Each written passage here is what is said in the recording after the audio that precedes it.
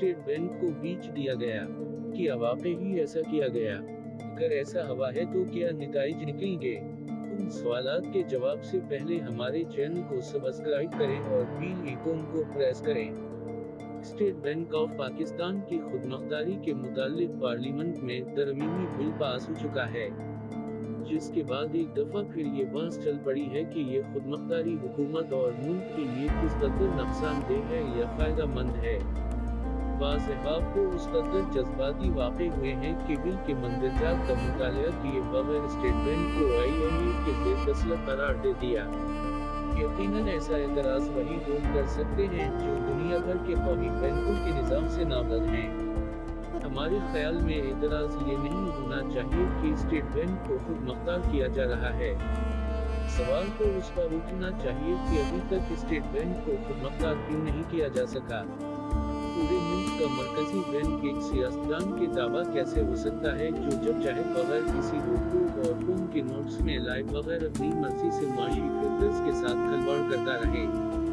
सब अच्छा दिखाने के लिए धड़ाधड़ नए नोट छापे जाएं, एक सचेंज रेट और शरह सूद उसकी अंगुलियों पर नाचे, कोई उस महापरिश को पूछने वाला ना हो। एक सियासतदान पर पूरी कौम क्यों कर एतबार कर सकती है? क्यों कर स्टेट बैंक को खुद मुख्तार नहीं किया गया और पार्लियामेंट में हर 6 माह बाद बोलने हाजिर होकर रिपोर्ट पेश करता रहा? आखिर क्यों? जब से पाकिस्तान बना तब से लेकर जनरल अयूब के दूर तक स्टेट बैंक को खुद मुख्तार अदारा ही तस्लीम किया गया और गवर्नमेंट को अख्तियार होगा कि वो हुकूमती पॉलिसियों में गलतियों की निशानदाही करे। हुकूमत की गलत पॉलिसियों पर प्रेशर डाला जा सकता था और कौम तमाम अवामिल से बाखबर रहती थी। फिर ऐसा किया हवा के कौम को अंधेरों में रखा जाने लगा और फिर आहिस्ता आहिस्ता वजीर खजाना को कली अख्तियारात मिल गए। यूं कौम को सब अच्छा दिखाया जाता रहा और फिर नई हुकूमत आने के बाद खसारे और कर्जे सामने आए तो आंखें खली रह गए। कौम के 22 अरब डॉलर सिर्फ मसनूई तौर पर रुपये की वैल्यू दिखाने के लिए ज़ाया किए गए। मसनूई इशारियों और नए नोट छापकर शरहनामों 5% तक दिखाई जाती रही। नीति के चर्चे रहे, लेकिन फिर क्या हुआ? डॉलर को छोड़ा तो हवाओं से बातें करने लगा। एकदम महंगाई का तूफान आया। वो कागजों में हुई तरक्की सब पाहियां हो गई। 19 अरब डॉलर के करंट अकाउंट खसारे ने सबकी आंखें खोल दें। 40 अरब डॉलर के तिजारती खसारे से हुकूमत बौखला गई। फिर दोस्त ममालिक की मंदें और IMF प्रोग्राम शुरू किए गए। अगर स्टेट बैंक खुद मुख्तार होता और पार्लियामेंट को जवाबदा होता तो मायशत को उस कदर तबाह व बर्बाद न किया जा सकता।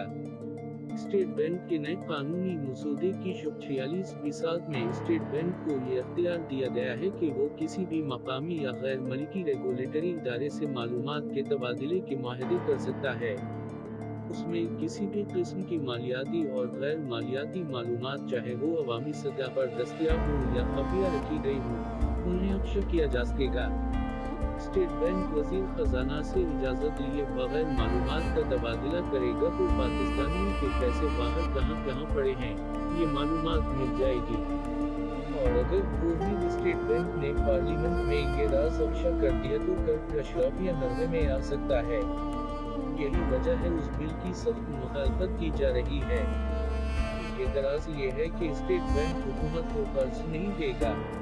तरमीमी एक्ट के अंदर वाज़ेह लिखा है कि देही इलाके, सनती शिवाजात, हाउसिंग और दीगर शिकों के लिए स्टेट बैंक पर कर्ज देना लाज़िम होगा। इसे बोलाबंद कहीं या कुछ साख्ता ड्रामेबाजी की उस स्टेटमेंट के बावजूद प्रोपेगेंडा किया गया। स्टेट बैंक हुकूमत को उस सूरत में कर्ज न देने का अख्तियार रखता है जब हुकूमत कोई ऐसा प्रोजेक्ट शुरू करना चाहती है जो मफाद आमा के हक में नहीं है और उससे मायशत पर बुरा असर पड़ेगा।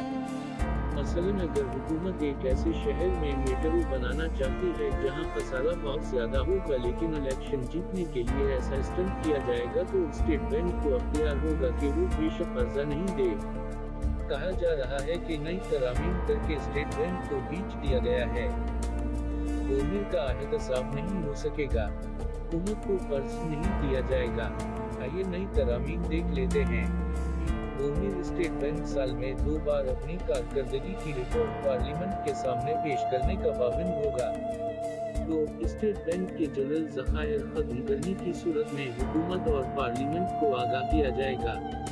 3. सदर मुमलकत को गवर्नर स्टेट बैंक की तैनाती का अख्तियार होगा।